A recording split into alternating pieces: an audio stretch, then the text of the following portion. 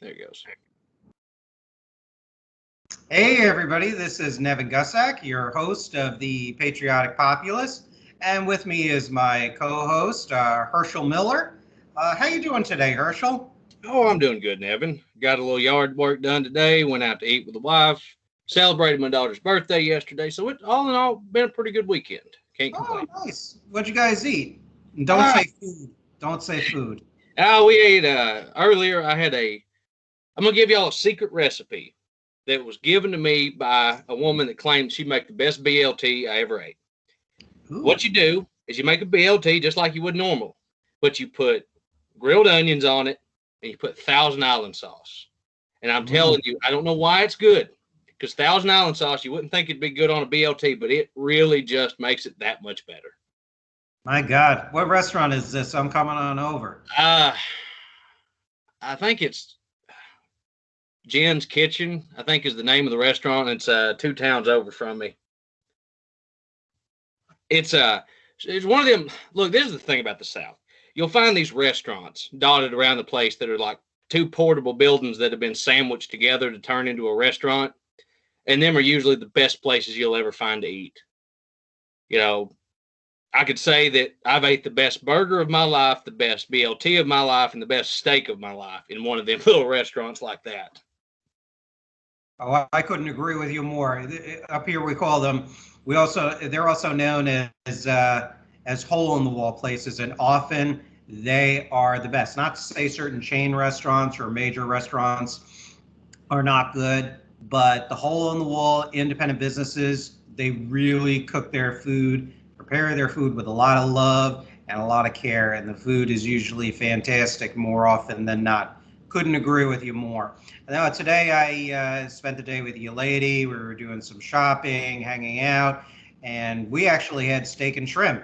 We had Oh, went to Outback. We had delicious salad, delicious rib appetizer, baby backs that were so sweet too. It was a nice tangy sauce. We both enjoyed that, and then we had this steak and shrimp with rice, and we shared a little salad, which was part of my side. So I still have quite a bit left over for lunch and for breakfast, and then a light dinner just before we started the show. I just had some granola and some nuts with a drizzled with some honey too as well. So on and all, not a bad day at all. Can't go wrong with spending the day with my girlfriend, with you lady, and just you know taking care of errands, and now having a great show. yeah. So what are we going to be talking about today, Herschel? Well, Nevin, with it being Blair Mountain week, I don't think there's anything else to talk about but Blair Mountain and other major moments in labor history that has led us to this point. And well, I think you have to start off with Blair Mountain first because, to me, it is the most important event in the history of labor in in the United States anyway. Because seeing an actual armed revolt of approximately 13,000 miners against coal barons, corrupt law enforcement, and an ineffective government, it's a story for the ages. And we're going to get further into it, but I really think that anybody that claims to appreciate labor, anybody that wants to be a part of labor, needs to know the story of Blair because without it, you're viewing an incomplete picture.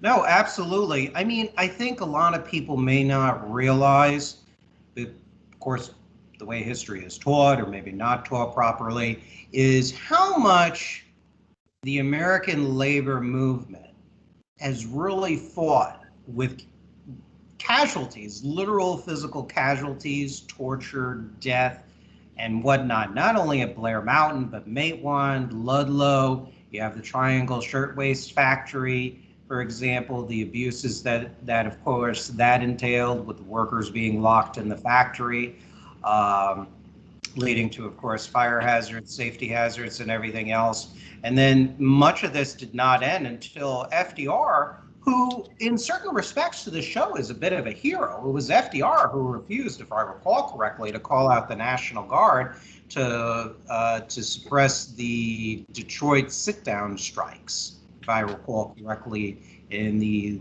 beginning of the late 1930s.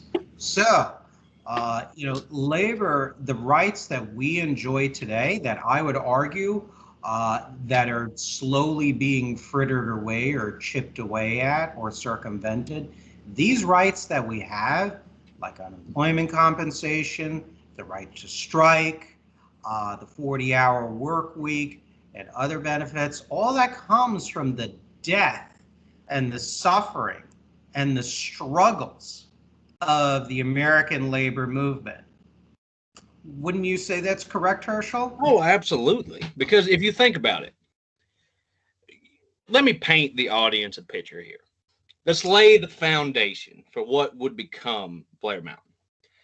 So the miners at Blair Mountain, the conditions that they lived in was one of abject poverty, of hopelessness, and of desperation. You're talking about people that would work 110-hour work weeks every week, Sunday to Sunday, with no overtime pay, no sick leave, no workers' compensation, usually no breaks, maybe a short lunch if you got that much. They weren't paid in real money. They were paid in company script. Now, this script, it was only good in the company stores that you'd find at the mines.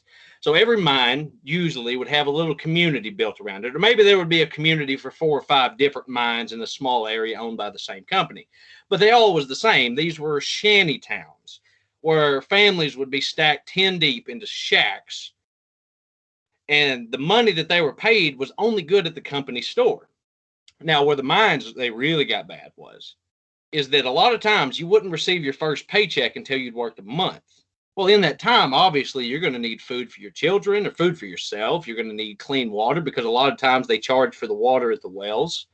Your basic necessities of life. So you would go into debt for this month. By the time you got out of it, you would be hopelessly behind on ever getting out of this. And what's even worse is the company script could be changed or could be transferred into actual dollars, but it was, pennies on the dollar. So once a miner found himself working for a company, there was a good chance that he was going to die working for that company. Yeah, that's absolutely correct. They called those the company towns. And let's bring it a little up to date too as well.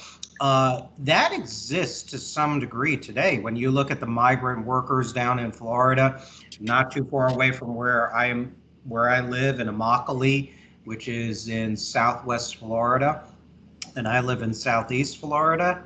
I mean, you actually have literal company towns. You have those arrangements still existing in the United States because migrant workers, along with domestic workers, are often exempt from the Fair Labor Standards Act of 1935, passed by Congress and President Franklin Roosevelt.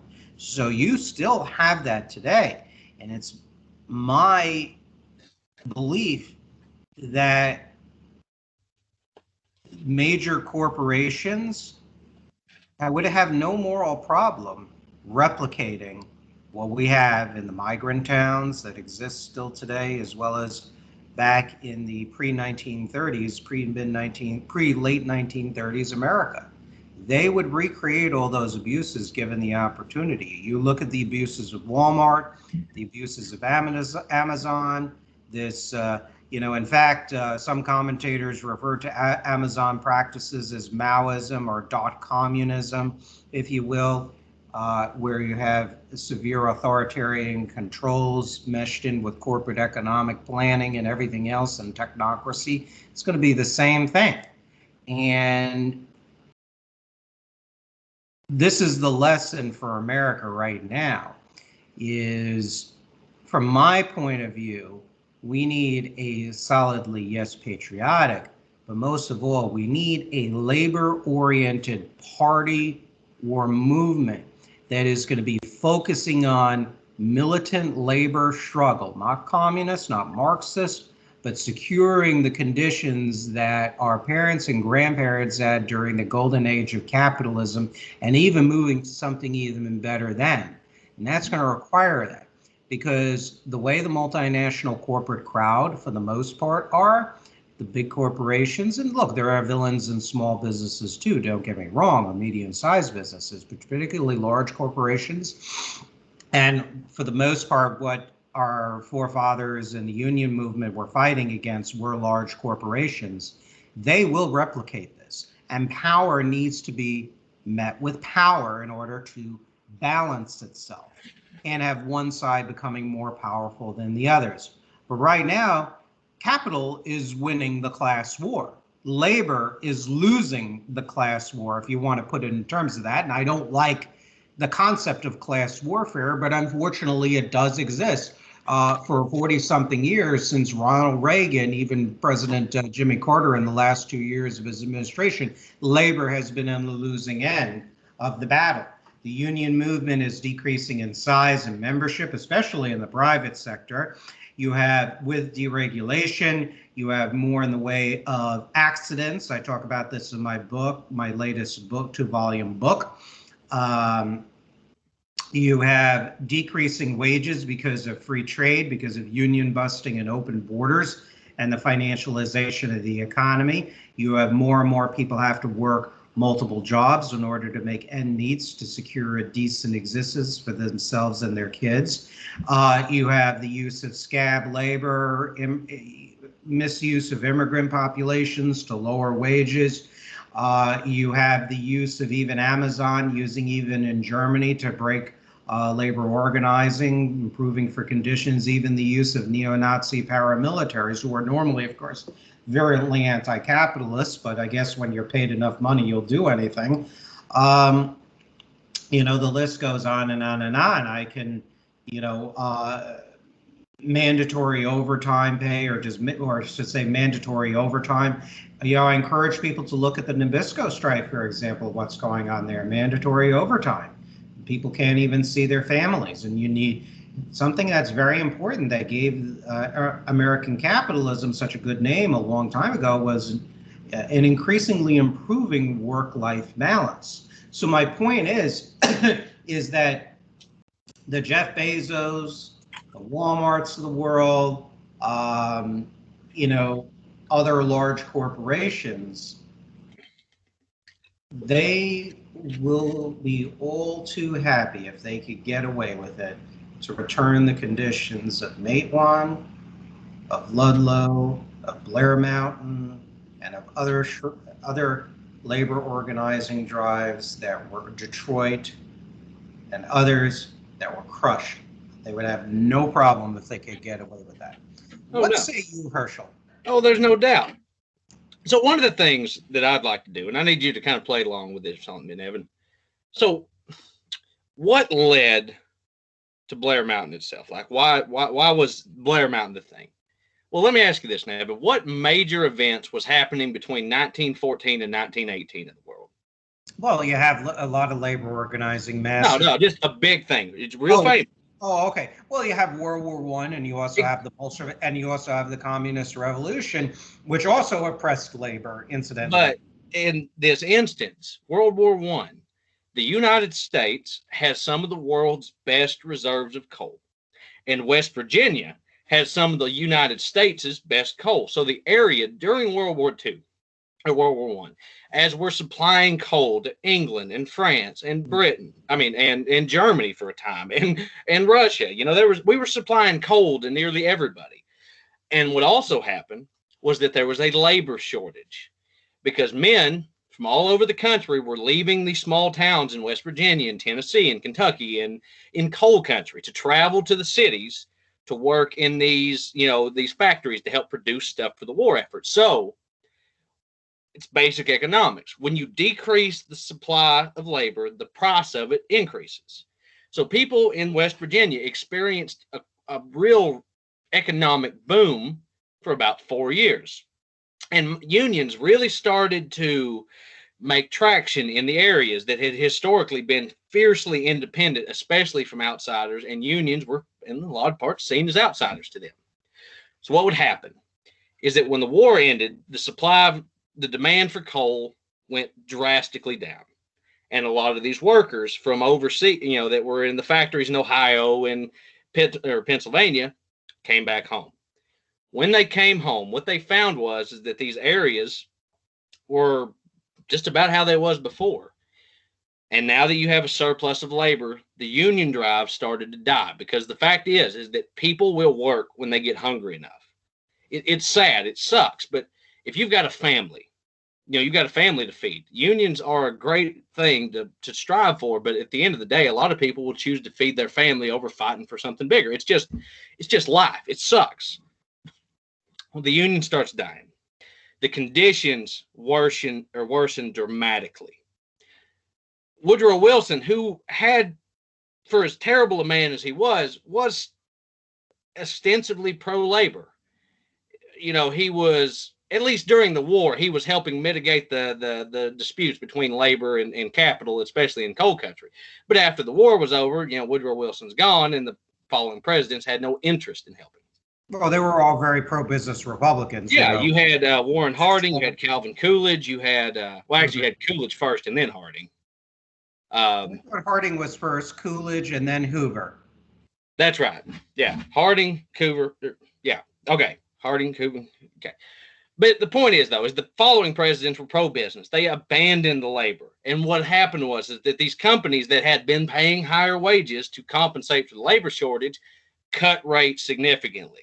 Now, when I say they experienced an economic boom, I don't want to make it seem like this was the 1950s, where, everybody had a home and 2 cars. And no, it wasn't like that. It was just better than the shit that they were living in before.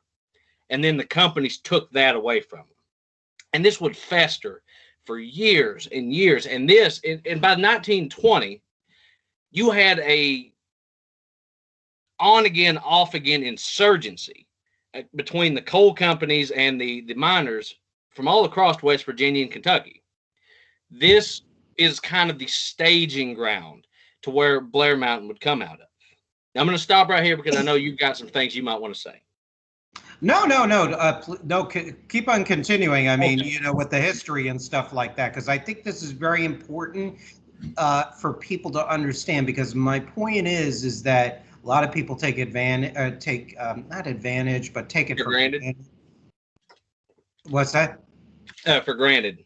Yeah, they take it for granted. Yeah, thank you so much. Yeah, they take a lot of this for granted. So I think it's important to I'm going to have you take the lead, since you've really been on this thing with the Battle of Blair Mountain. And I know you mentioned some of the stuff that relates to Matewan too as well, like the Brown and Felts you mentioned in a post and all the rest of it. Yeah. So let's unwrap this. Let's unpack it. I'm going to let you take the lead. And, I'm giving just my additional commentary on this. So go ahead. Okay. So I'm going to say this. There are people that know West Virginia history better than me. And what I'm trying to do right now is give a broad overview more of what led us here. So if anybody hears this video and finds something incorrect or maybe not quite true, please leave it in the comments below, and it'll help me learn more about it myself. So by 1921, the pot was boiling over. The UMWA was mounting a large-scale union drive in southwestern West Virginia, which at this point was nearly completely scabbed. But there was a strong union undercurrent. But the problem was that the people knew that as soon as they showed any interest at all, they would be evicted from their company home. They would lose their job. They would be thrown into poverty. They'd probably be beaten because, Baldwin Felts, a detective agency in the vein of the Pinkertons. At the time, in 1921, they was the United States' largest union-busting detective agency, and they were good at their job. They weren't just the kind of people that showed up and cracked skulls and went home. No, they had infiltrators inside the unions that would help break up any kind of movements. They had spies. And they did use force and violence on a regular basis. They were a top-to-bottom anti-union agency. And the coal companies paid them well for their services. So in 1921, this is where this story gets rolling. In Matewan, West Virginia, in Mingo County, there was a town that the Baldwin Felts Detective Agency wanted to put machine guns around the town in case there was a major union strike that went on. This is real life. This actually happened, and this was completely legal, mind you, at the time. Mm-hmm. Well, Sid Hatfield, police chief of Matewan, a very rough but very interesting character who was a staunch union activist. The Baldwin Fells Detective Agency walked into town and asked the judge, or the mayor, if he could mount the machine guns. And basically the mayor said no. Sid Hatfield comes up to him to see what's going on. He tells them that he's going to arrest them, and then they say that they have a warrant for Sid's arrest. The mayor takes a look at the warrant. When he looks at it, says that it's bogus, and as soon as them words left his mouth, the Baldwin Fells Detective Agency's open fire, killing the mayor. Sid Hatfield and the people in the town would return fire, and I believe by the end of it, it was 7 dead, with Albert Phelps being one of the dead. 1 minor and 1 cop, I think is what it was, is the final death toll. Mm-hmm. Well, Sid, he would become a legend because of this, and he would go stand trial. And during his trial, he would give these kind of grandiose speeches to the jury, talking about the conditions that the miners were in and why the Baldwin Fells Detective Agencies were in the wrong. And during this process, became incredibly famous. Well, I think this would have been May. I think in June or maybe July, Sid would be charged with burning down a coal wash. You don't have to know a lot about coal. Just understand this is a very important business or part of the process. He would go to, I cannot remember the city, but it was in Logan County, West Virginia, where him and one of his good friends would be gunned down on the courthouse steps by the Baldwin Fells Detective Agencies. While Sid was killed instantly. It was Sid, the man, and their wives. The other man would be shot 7 times, and while he was dying on the bottom of the steps with his wife laid over the top of him, one of the Baldwin Fells Detective Agency, one of the agents walked up and shot him in the head with his wife laid over the top of him. None of these men were charged. And this would really start to ignite the fire that was there underneath. So as you would get closer to August, we're rolling into this. Several miners would be arrested in Mingo County for various, I think that they were charged with burning down another coal shed. It was trumped up charges, and the miners had finally had enough. So miners from Kanawha and Boone County started to gather up, and their plan was that they was going to march across through Logan County into Mingo County, free the miners there, and basically force the companies to unionize along their way. But this is where the story really gets ugly. So this would have been August 23rd or 24th. I believe it was the 24th. August 24th, the miners start to gather in Kanawha County.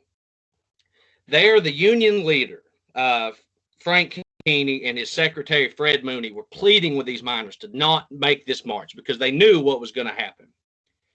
The sheriff of Logan County was a staunch anti-union strikebreaker.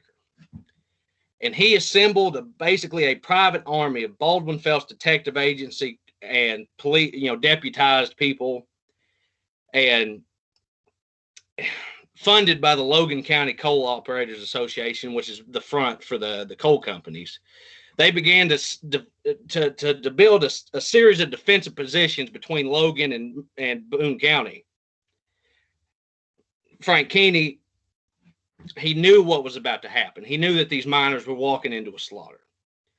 But the miners at this point, they were angry. They were ready for blood because they were so tired of being kicked and kicked and kicked down by these companies and these detective agencies and the state government itself, because the worthless governor that they had, Ephraim Morgan at the time, was completely on the side of the coal companies and issued warning after warning for the coal miners to not march on Logan County and Mingo County. So the battle these miners armed at this point? The miners were armed. This was going to be a forcible removal of these miners that were in jail. Let's make no bones about this, people. This was an armed insurrection.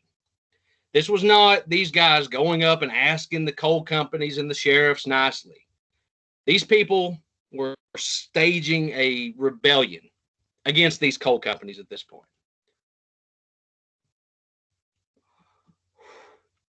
So the miners, let's fast forward a little bit to August 27th. August 27th is when they would start their march.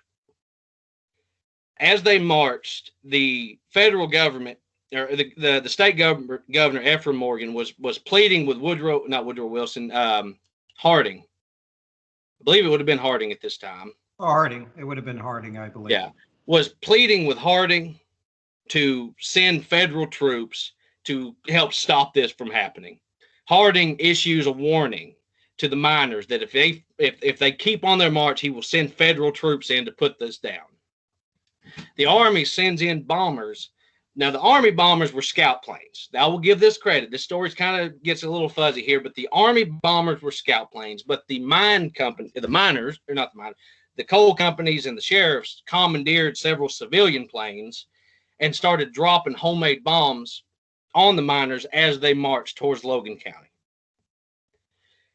Again, this is completely legal at this time, apparently, because the state and federal government had no interest in what the strike breakers were doing.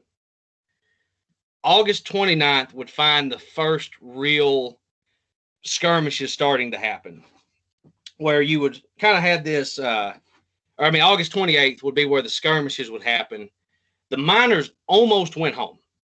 They had got to the border of Logan and Boone County. They were kind of staged there. A lot of people were starting to question this. And then the sheriff sent in Ed Chambers, I believe was his name. Basically, he's either evicted a bunch of people out of his house or no. The story went around that he had shot a bunch of women and kids, which pissed the miners off, obviously, because they were shooting women and kids. So the march was back on. August 29th would find the battle itself to start.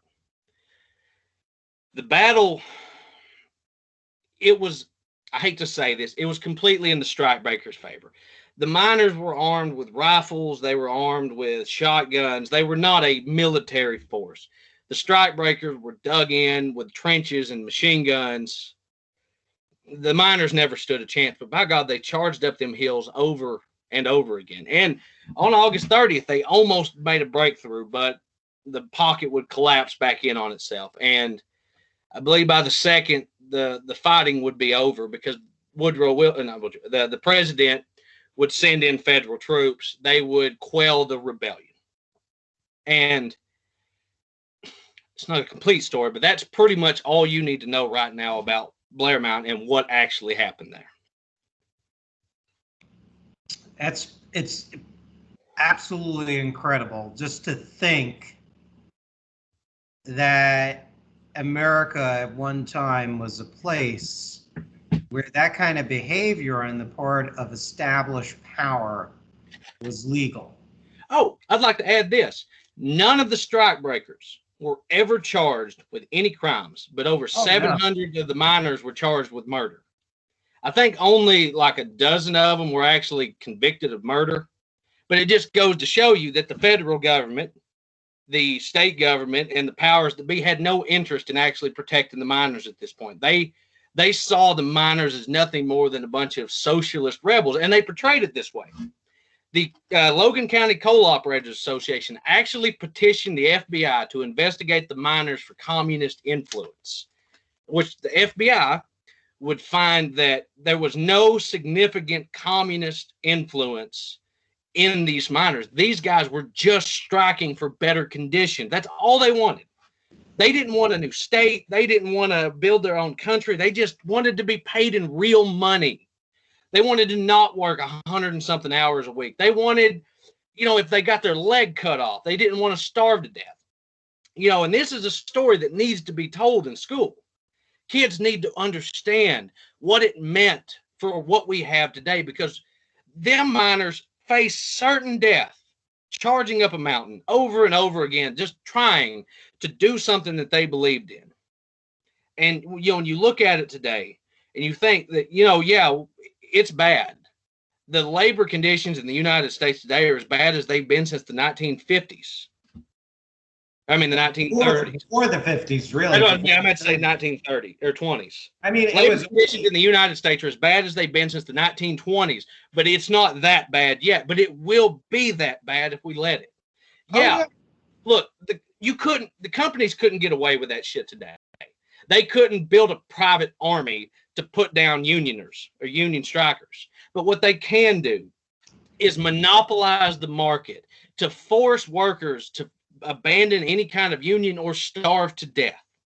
You think about it. Amazon has replaced hundreds of thousands of business, or have put hundreds of thousands of people out of work in a lot of ways. You know, yeah, they might have found a job back with Amazon, but now they work for Amazon. These towns across the United States are becoming nothing more than Amazon depots as they chase all the businesses away. So what's going to happen when Amazon has such a huge market share that on a whim, they can decide to starve out an area because it has too much union activity? Do you think the government that's paid by Amazon is going to step in to help us? No, what these miners understood is that at the end of the day, the only people that we've got is each other. Our government is not going to come to the rescue on some white horse and ride in and save the day, because they didn't do it then, and they're not going to do it now. If we want to see real change in the United States, it has to be us. It's not going to be anybody else.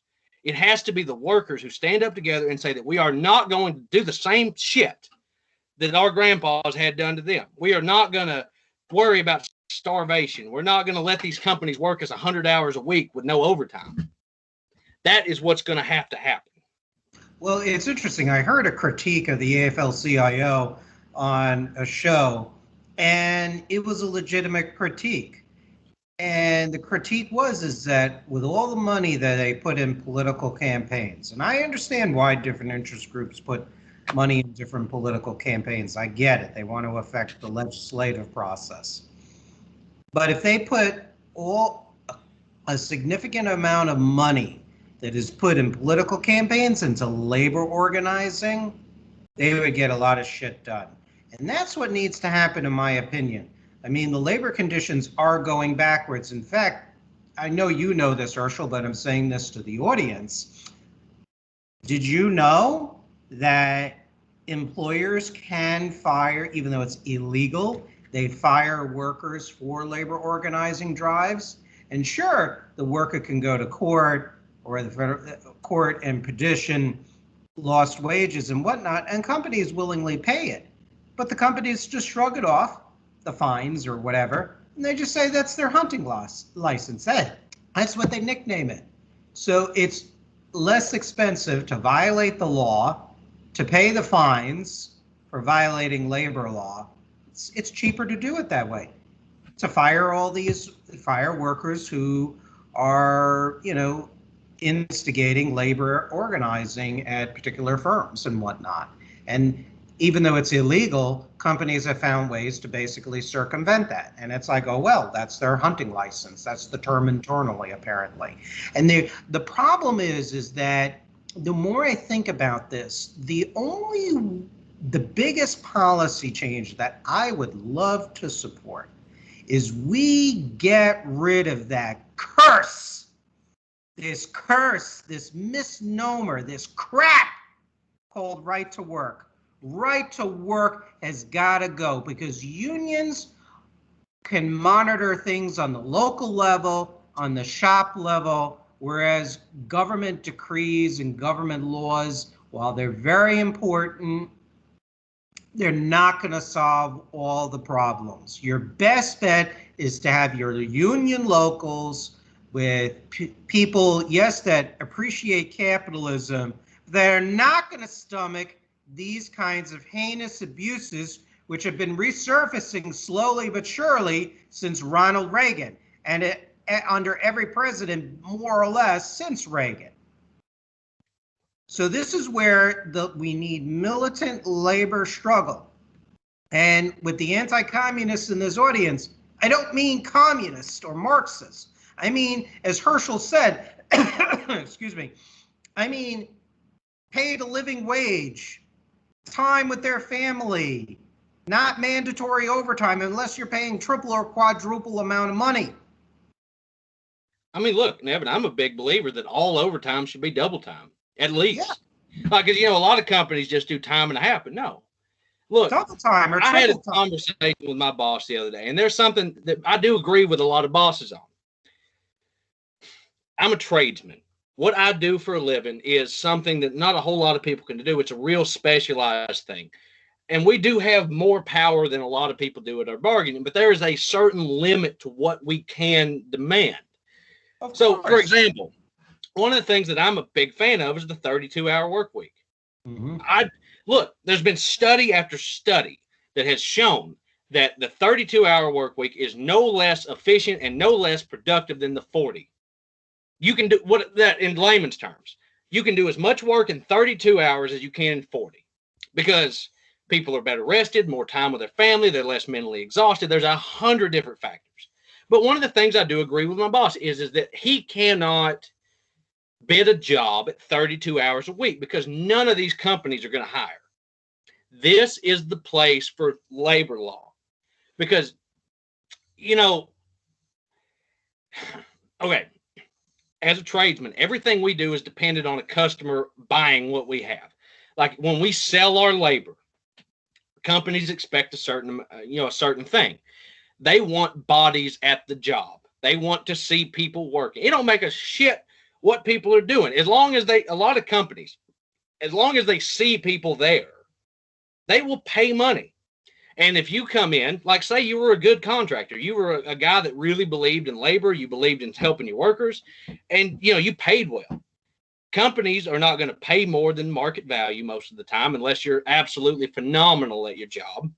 And companies aren't going to let you work less hours than normal. In fact, they usually want you to work more. Overtime's a part of my life. It's just what I do.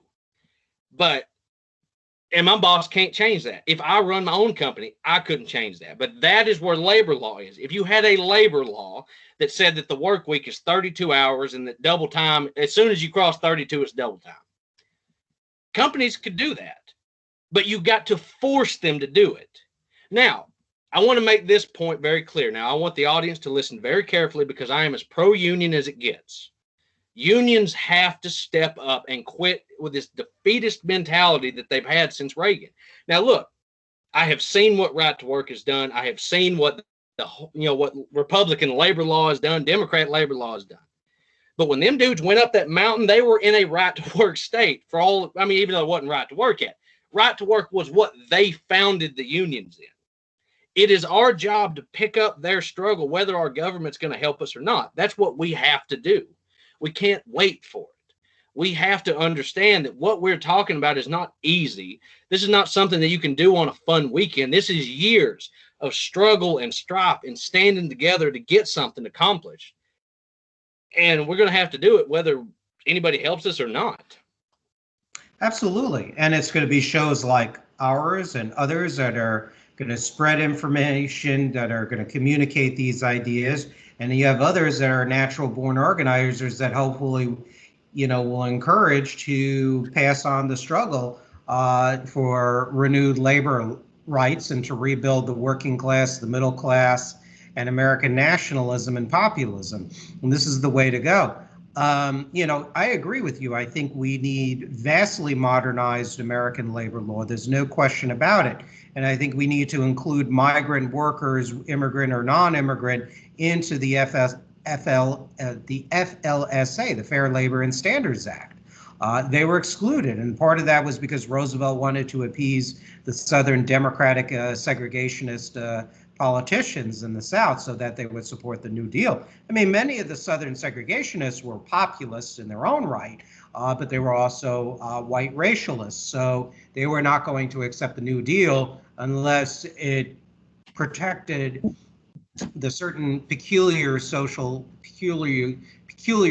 structure in the South. So I would include now, let's modernize it. The country has thankfully changed in certain ways on race issues. Now let's include the migrant workers, wherever they're coming from, in American labor law, as well as domestic workers. There's no reason why they can't be included, where they should be exempt from decent working conditions. I mean, they're human beings, for God's sakes. Secondly, again, getting rid of right to work, just make it illegal. And I would make the right to collectively bargain a right under the Constitution. You know, freedom of assembly, I believe, is covered under the Bill of Rights, if I'm not mistaken. And I think we need to solidify that and break the anti-union, reactionary people, elites that want to oppress labor. That needs to be broken. And I think we need to put, basically, we need to put into effect aspects of Franklin Roosevelt's Second Bill of Rights, which will protect free enterprise, because that plank was against monopolies, private monopolies stifling free enterprise, but also putting further codifying labor's legitimate rights. And we need to do that as a part of our Constitution, so we can rebalance our economy. You know, and you talk about, I think you bring up an interesting point about investigating communist influence. Now, you know, I've interviewed anti-communists, and some of them kind of sort of agree with our views on labor rights, others don't, while recognizing massive labor abuses in practice. That's not something we generally discuss, because otherwise it will degenerate into a pitch shouting match, because I am virulently pro-labor. Anybody who knows me, everybody who knows me knows I am in favor of the working men and working women of this country of all classes. But with that stated, radicalism of communism and fascism and whatever feeds off of the abuses wrought by corporate oligarchs. I talk about it in my book. You have communists, you have Matt Heimbach of the Traditionalist Workers' Party. It's a now defunct neo-Nazi group. All of them are saying the reason why they were attracted to neo-Nazism or communism was because Afl-Cio is dying. The American dream is dying slowly. That they have to work for more hours, yet their wages are falling. Their benefits are getting more and more paltry. Things, underinvestment in the Tennessee Valley and Appalachia and the Midwest, even in inner cities of the United States, or improper investments or malinvestments. It's all in my book. Hell, I'll send it for free if you can't afford it. The information is more important. This is what dangerous radicalism thrives on. And if you had a proactive government that put the public interest and patriotism above money bags, we would be the most progressive country in the world. Look, we love this country. We are lucky to live in a country where, yes, we can discuss ideas like this without being dragged off to jail and shot or tortured or whatever. Totally on board with that. But the fact of the matter is that one of the major projects of this show is we want to do better. And for a long time, this country's story was portrayed, or the story consisted of a country with continuous self-improvement. We're always improving race relations, labor rights. But now we're starting on labor rights. We are taking a step backwards. It's now, you know, it's not as hard-fisted because, as you said, they couldn't get away with it. Because now, of course, we have social media, we have internet, Twitter, Facebook, you know, and other social media platforms, cell phone cameras, video cameras on these phones, which could be used to our advantage and have been on labor issues. For example, like about years ago when Trump was running and the carrier plant was about to outsource, and the workers didn't know it, and all of a sudden management came and said, guess what, we're outsourcing our factory, I think it was to Monterrey, which is a city in Mexico, and people were with their cell phone cameras were videoing the announcement. So there you go. And that was made viral. And that was something that Trump brought up in his campaign. I mean, of course, he really did not go go full press against big corporate America like he promised. I mean, he did kind of half measures and some good things, but not enough in a systematic way. It was one of the failures of his president. But the point is Carrier left anyway. They left anyways, despite throwing the tax credits and the different subsidies that the Trump administration was giving them. But the fact of the matter is, we do have this technology, so they can't get away with certain things. But the fact of the matter is they are now circumventing the law, because instead of the Brown and Phelps, which was dissolved in the late 1930s under FDR, the Pinkerton still exists. It's just under a different name. It's through different mergers and name changes.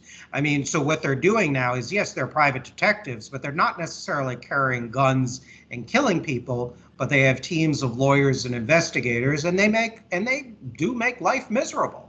I mean, you have union busting law firms, and some of these people are even appointed as people controlling labor policy on the state and national level. So, well, Nevin, before we get too far in, I would like to make 2 points to the audience. Yeah, sorry, I'm getting a little. No, it's all right. It's the first point I'd like to bring up is about migrant workers. There's a scene from the movie Made of One. Great movie. If you're interested in labor history, it's got James Earl Jones in it. I can't remember the main actor. I always forget his name. The guy that played Sid Hatfield. But it's a great movie. But there's a scene in it where, there was definitely racism in the early union movement that existed. I mean, it would be stupid for us to act like it didn't happen there too. And a lot of the union miners in West Virginia were just as racist as the scabs.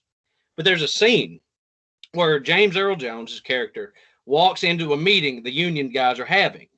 And a lot of them are trying to run him out of there. They don't want him. But, the character that played Sid is saying that any man that walks through that door that is willing to be a part of this brotherhood, that's willing to join in the fight with labor, is going to be a part of it.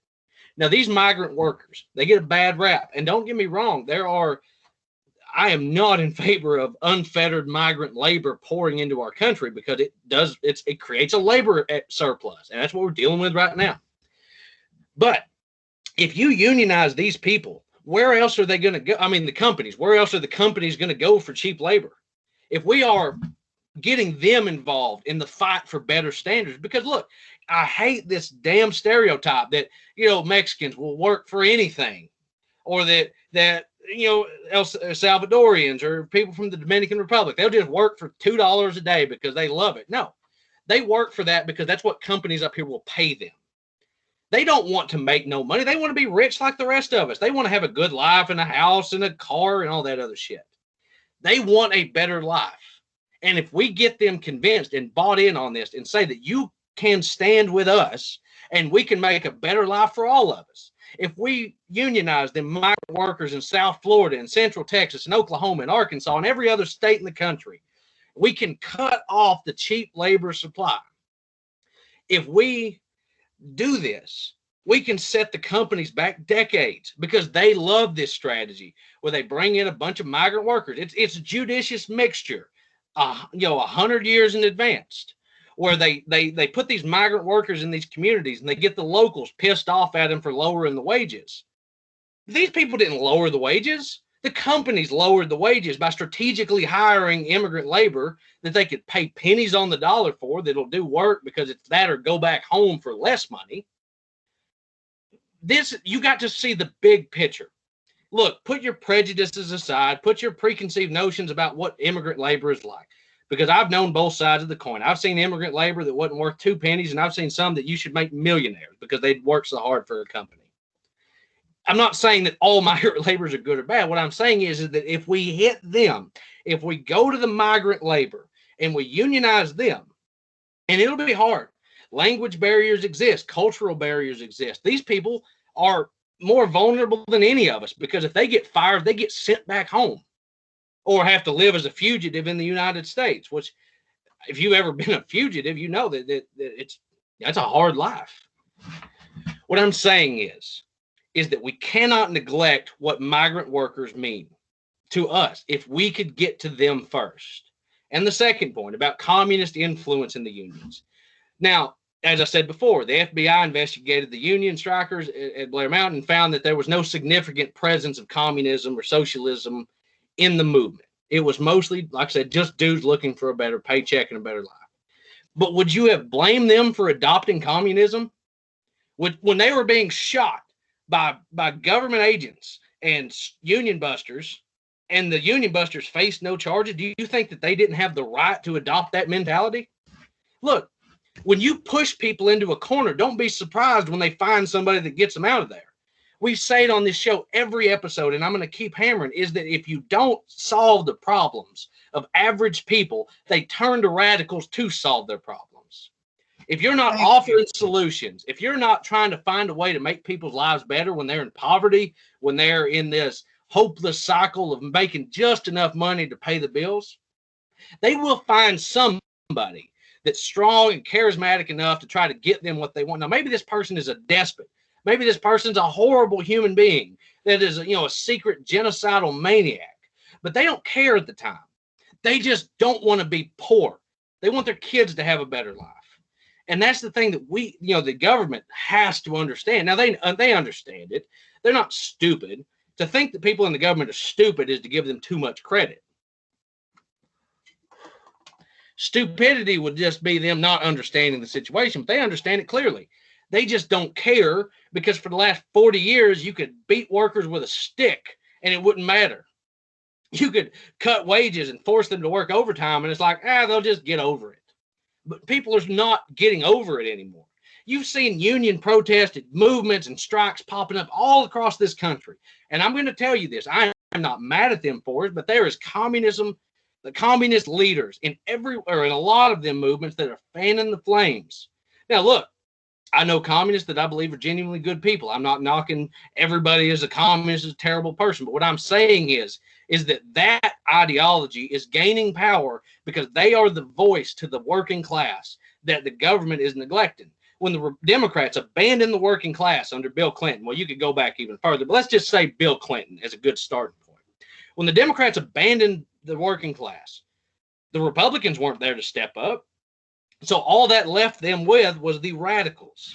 And you've seen it over the last 30 years. It's festered, and you've seen these, what before was a pretty pro-American, movement that was rooted in workers' rights, but wasn't as focused on internationalism or any of that. Well, they were nationalists and they were populists, and they were more anti-communist than even the globalist corporations in the U.S. Chamber of Commerce and the National Association of Manufacturers, the bigger members or the deep-pocketed members, not small and medium-sized business. Small and medium-sized business tends to be more patriotic than anything else. So, yeah, the union movement. But what happened was the Reagan, with deindustrialization and union busting and all the rest of it.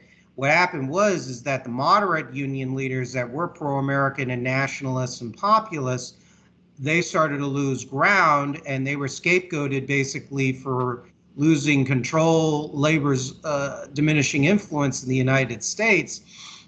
And there was actually an article in the conservative publication called The American Enterprise that talked about this. And what happened was you had the left radicals and the Communist Party USA affiliated types and New Left types, all the people that were thrown out, expelled from the labor movement because they were Stalinists.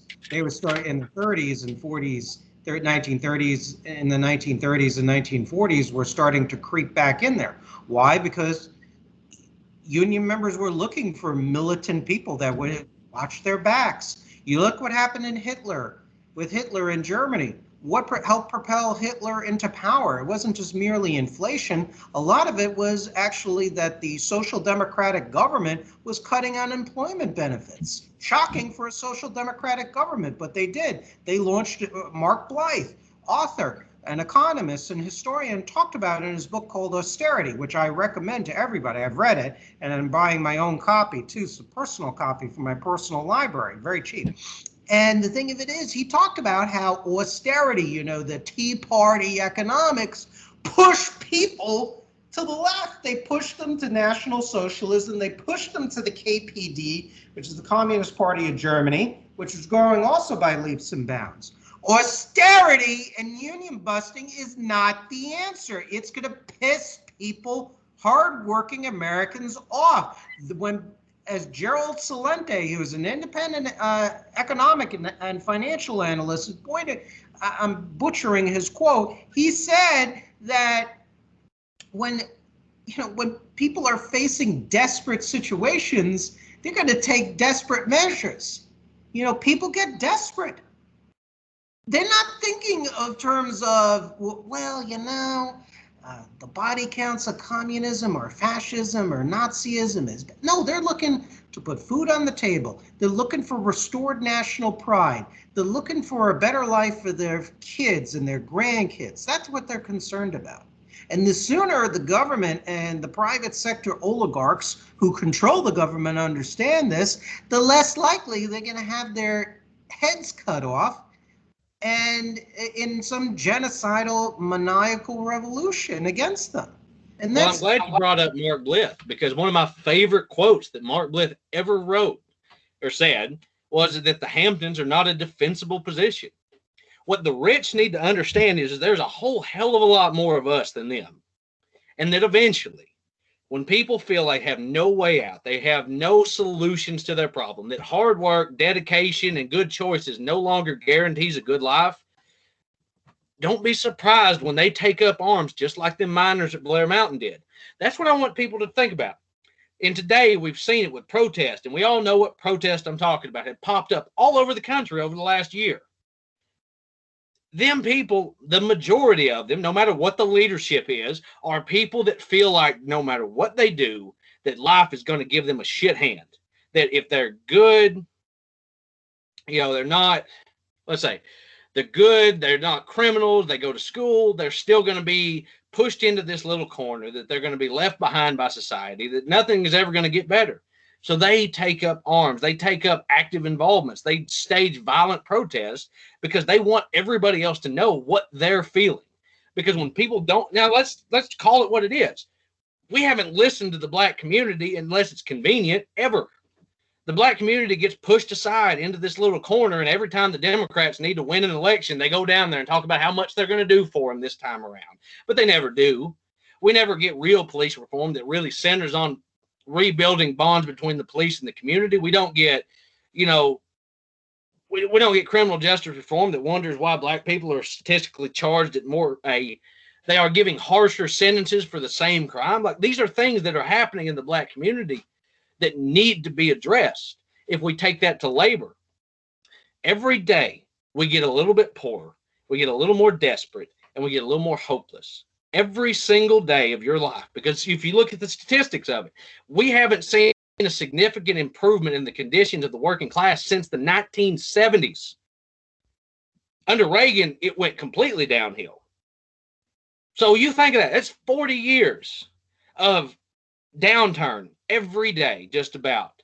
We have survived 2 recessions now without basically any government assistance, because the government gave all the money to the rich fucks that got us in it in the first place.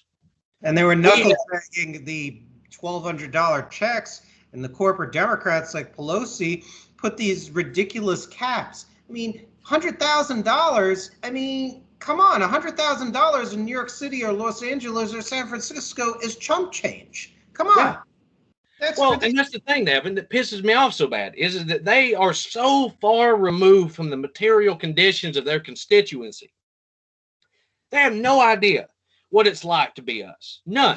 They have no idea what it's like to have need or want, or to worry about if you're going to eat, or worry about if you're going to lose your house, or, oh God, what happens if I get really hurt while I'm at work and workers' comp doesn't cover, what I need to pay my house bills. You know what I'm saying? Like, these people have never thought about this. They grew up in these posh fucking communities from around the country, raised by Ivy League parents with connections that no matter what they did, they were never going to be where we are. And this is something I would like to say to the business owners that read this, or listen to this. You are a hell of a lot closer to me than you are to Jeff Bezos. And I've seen this mentality where they act like, Elon Musk worked really hard to get where he is. So if I put my time in and do the right thing, then one day I could be him. It's like, no, you can't, because your parents weren't fucking diamond miners. Your parents didn't push you through an Ivy League school for, that you had no chance of being in otherwise. Guys like Musk, guys like Bezos, guys like Sam Walton, Sam Walton is always this story of the American dream. His parents had money.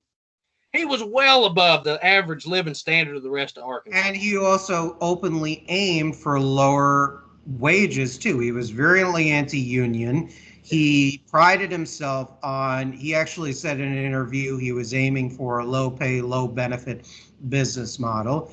And he also was very big. He was very secretive about it, despite his Buy America campaign that he had in the 80s, that Walmart had in the 1980s.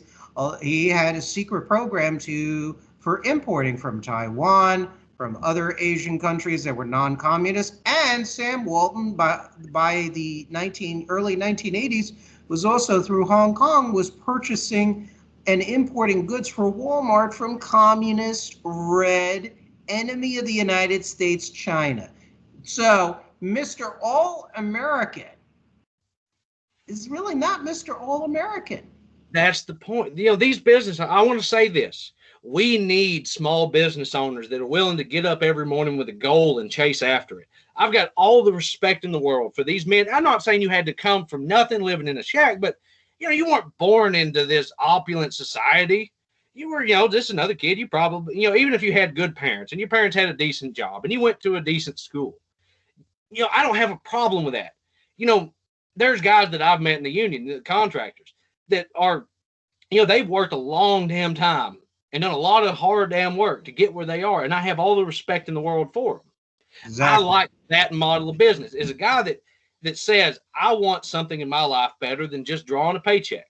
Because look, there's nothing wrong with drawing a paycheck, but some dudes, they want more. They want to be able to be their own boss. They want to build something with their name on it.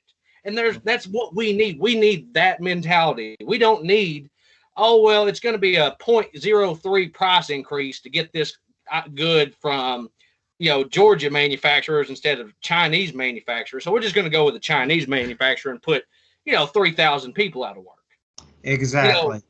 And that's the thing. That is why I say, and this is something that I believe in, the coalition that we are building. We need business owners. We need guys with that drive and that motivation to do something. We need you just as much as you need us. I'm not, in general. Labor and capital don't have to hate each other all the time. Exactly. Yeah, there's going to be strife because a boss's goal is to get the most amount of money for the least amount of, he wants to make more money and pay less money.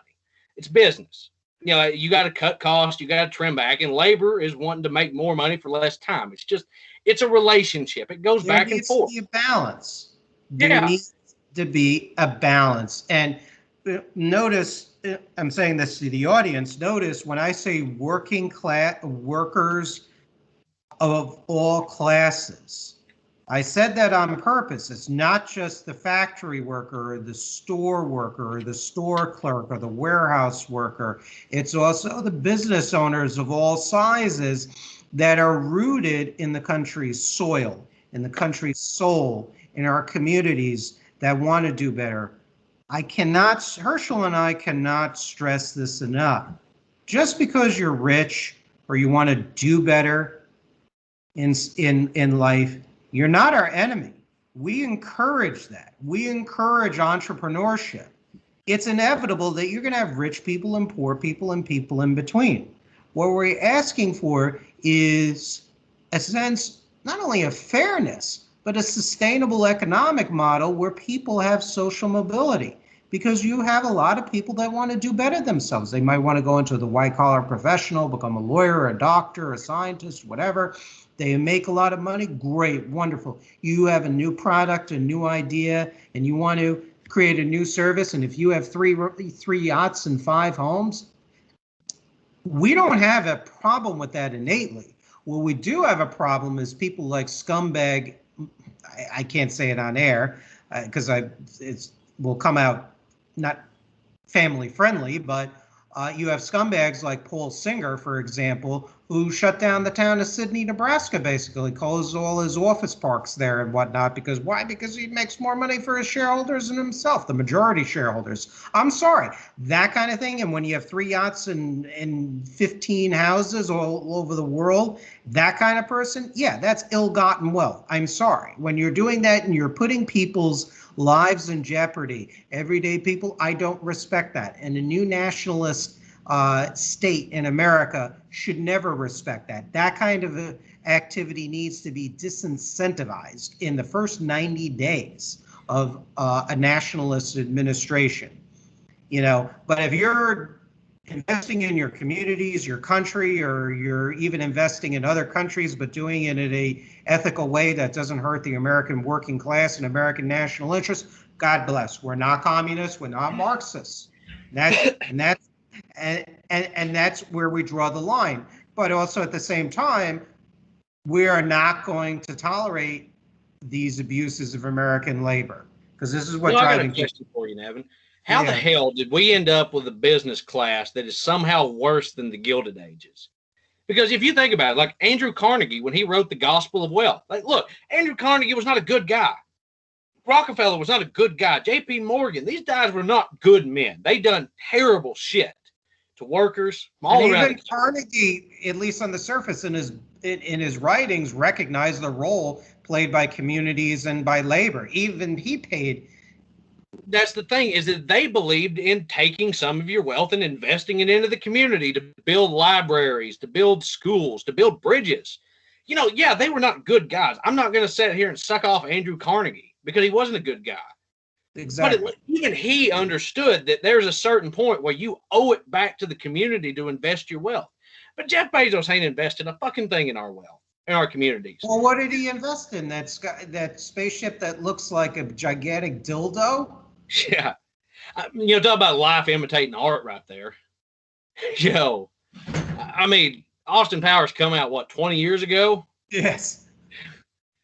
Yeah, but that's the thing. It's like, when we talk about this shit, and this is why we need business owners that are American focused involved, because look, if you're a guy that runs a successful business that takes care of his workers and invests in your community, then we need you a hell of a lot more than we need some pampered silver spoon and ass, South African with blood diamond miner parents. Who also praises communist China too, by the way. Elon Musk, the darling child of the libertarians, praising the Chinese Communist Party for their efficiency in labor. It's like people are jumping out of windows and killing themselves in China because the labor conditions are so bad. Are you seriously telling me that's what you're praising? Well, I think a lot of it is because you have the libertarian globalist economists and intellectuals, their voices with a lot of money behind them has become tremendously amplified, and their ideas have unfortunately infiltrated into the business schools, economics programs, the whole Koch brothers universe. I think they've made their indelible impact.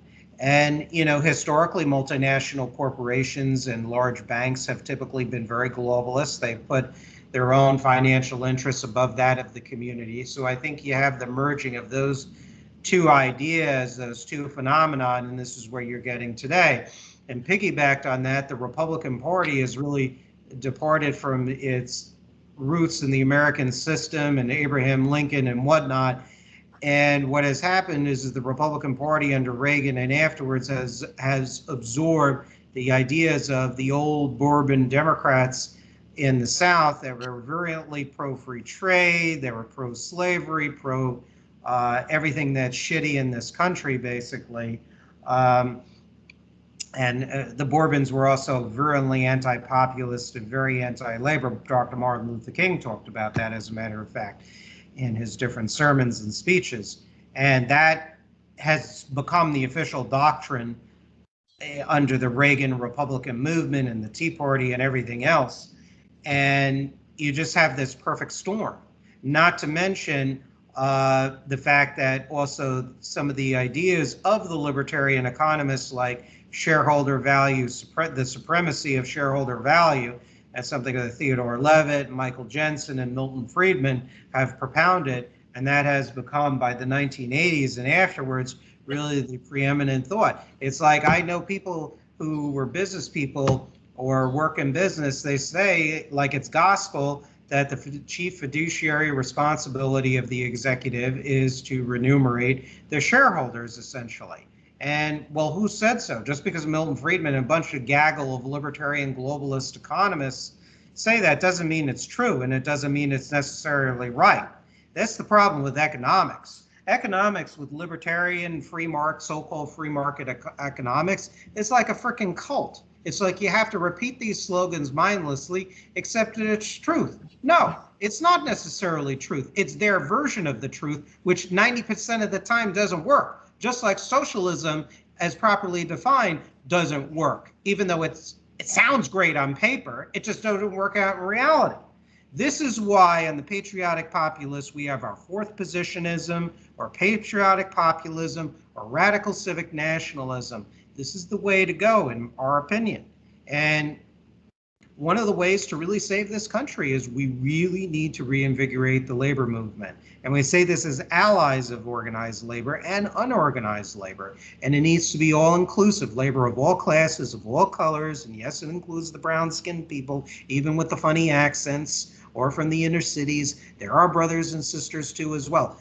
In the case of the ones that are from abroad here, you know what? I mean, look, we are totally opposed to importing migrant labor. In fact, in the movie Mate One, which Herschell mentioned earlier and whatnot, and I've seen that movie. It's a great movie. I think I want to see it tonight after the show again while I'm chilling out.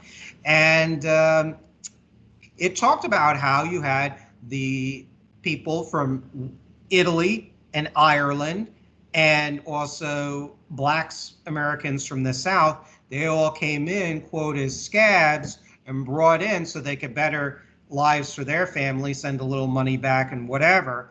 And the fact of the matter is these are allies. They want to become Americans too. That's part of the American story, whether we like it or not. The people with the funny accents and the darker skin than ours, you know, we got to include them too. It's a matter of practical politics, strength in numbers.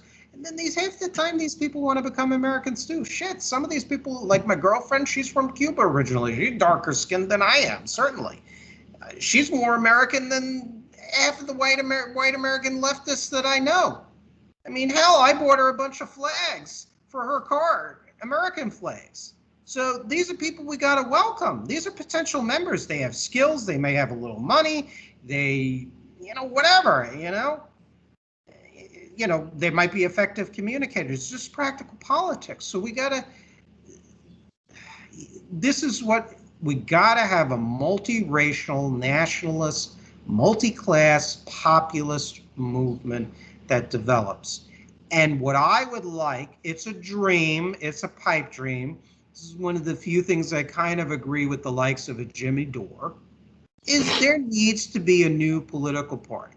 The Democrats are not cutting it.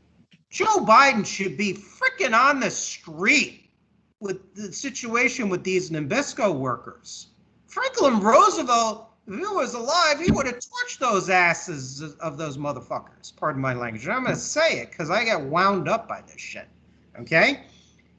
Where's Joe Biden? It's like Obama with the Wisconsin labor unrest in 2011, I think it was.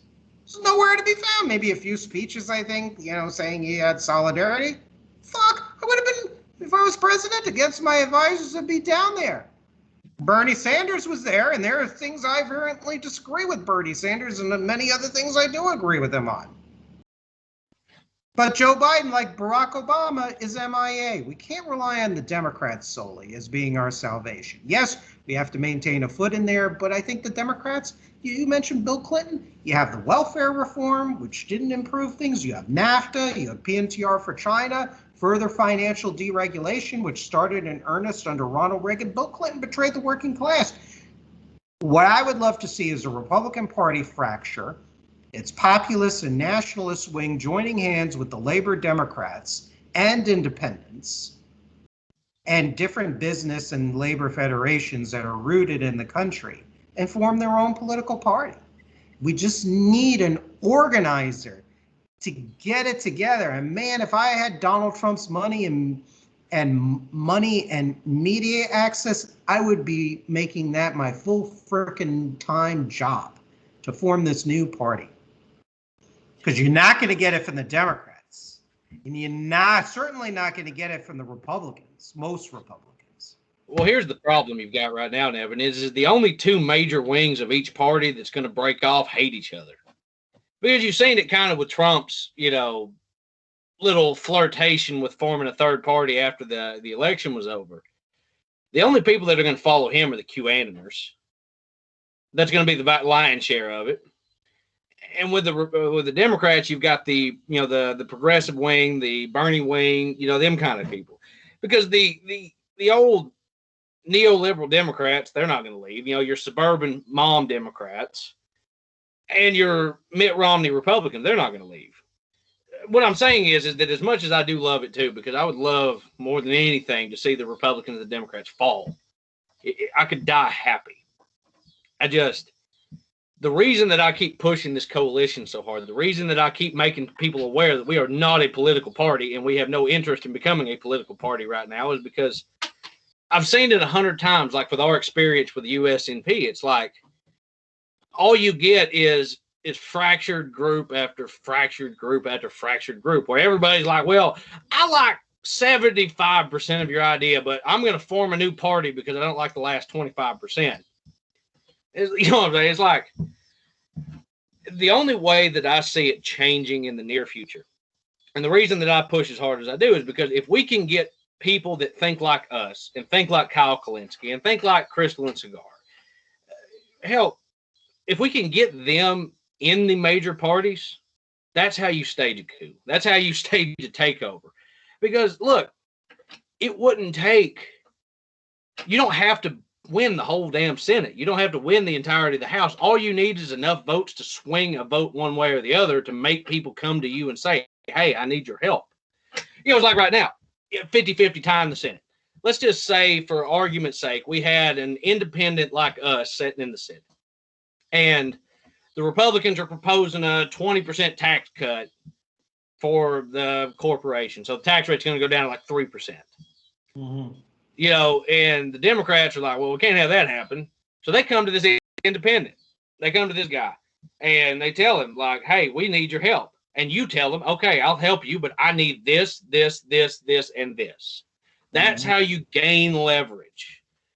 Now, it's, again, just as much of a lofty goal as what you're talking about, because you're talking about fighting against a political machine that's older than any of us. But I have hope that over the next couple of years, you'll start to see real independence from the parties, or at least maybe they're like Bernie, where they caucus with the party, but they're way more independent right now. Because that's the biggest knock I have against Bernie, is because the man talks a big game a lot of times, but he's fallen in line 100 times if he's fallen in once with whatever the fucking Democrats are pushing. Well, he said privately to the journalist Chris Edges that he said he doesn't want to end up like Ralph Nader, so that's why he'll kind of toe the line and serve as a force within the Democratic Party to push it more in a social democratic direction, and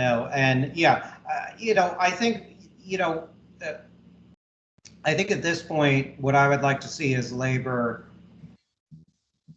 concentrate on organizing drives. I mean, I would love to see the parties fractured. That's why I called it a pipe dream, because I don't think that's going to happen soon. It may eventually happen, though, perhaps in our lifetimes. It wouldn't entirely surprise me. But I think right now, Labor's got to focus their energies. I understand why they do it in the political process, because otherwise they'll be overrun by Republicans that are generally anti-labor.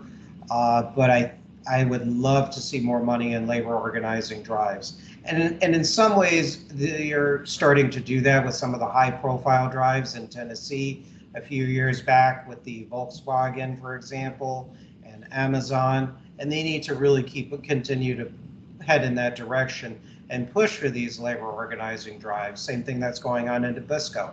And look, I welcome these labor strikes, to be honest with you. I mean, I do. If I can conclude with anything else, we really need to there really needs to be a rebalance of relations between labor and management slash and owners and investors. I'm not saying that labor should overpower investors and property owners or business owners all the time.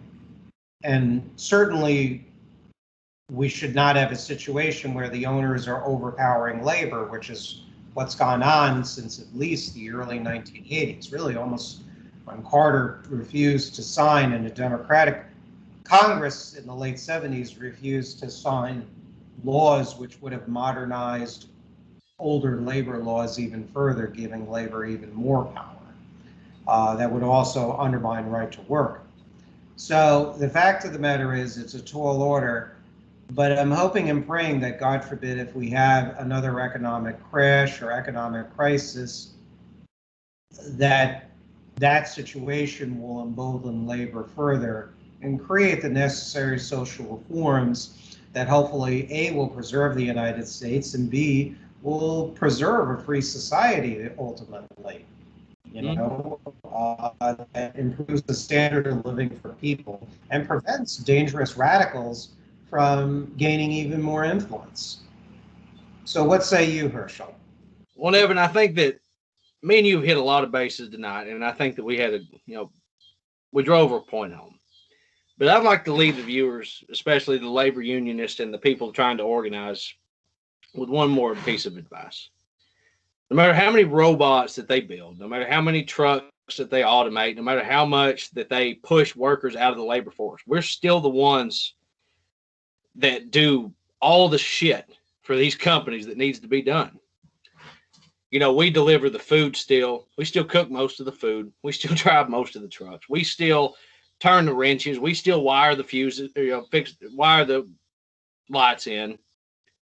We have power. Now, they'll tell you don't. They'll tell you that you're just another cog in the machine and that there's nothing you can do, but you have real power. And that when you realize that, when you realize that these companies depend on us, whether they like it or not, you'll start to understand that this fight can be won. But it takes you understanding that this is going to be a long fight. This is going to be a hard fight. This is going to be something that's not going to be over probably in our generation, probably not the next. But it is a fight worth fighting. Nevin, I want to thank you very much. It's been a hell of a show, and I have enjoyed every minute of it. And to the guests, I thank you all for listening. It means a lot for every like, every share that we get, every subscriber that we get. And we couldn't do it without you. I couldn't have said it better, Herschell. Everyone have a good night. God bless American labor. God bless the United States of America. Everyone have a great work week, and we'll see you probably next weekend.